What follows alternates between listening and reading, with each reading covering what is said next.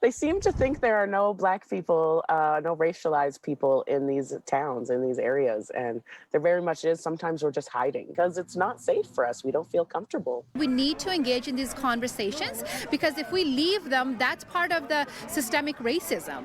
Last summer, this spot in the town of Innisfail, Alberta, was the location of a contentious protest where more than 300 people chanted slogans against police brutality and racism after the killing of George Floyd.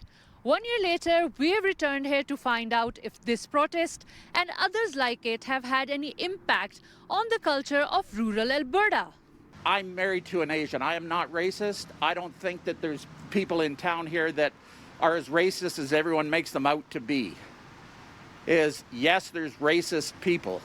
I do understand to the best of my ability that there is an imbalance there, and I think there's room for improvement. But it's definitely not something that I see every day in my small town anyways. So to me that says there's improvement.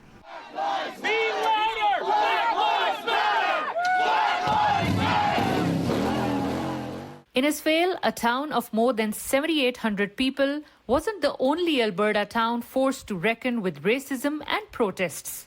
The world, because these guys here, as you can see. A BLM protest in Pinoca was met with a counter-protest. Black Lives Matter! Indigenous Lives Matter! You don't stand for peace! You don't stand for peace! You assault people! Things boiled over in Red Deer when a BLM gathering was met by hate groups. Rural Alberta, we are battling a lot of backlash. Innisfail was almost canceled. As many of them, we've had to cancel some because of counter-protesters, hate groups and white supremacists.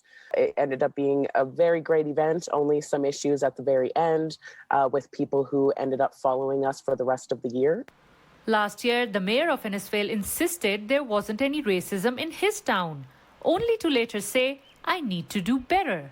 1 year onwards, the deputy mayor reflects on how the town administration is tackling racism.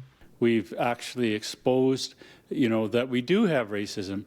It took a bit to say, no, Innisfail's not a racist community. The community's not racist.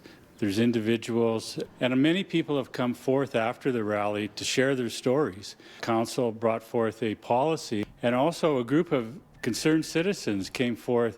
Now we can have an open discussion and dialogue around this systemic racism.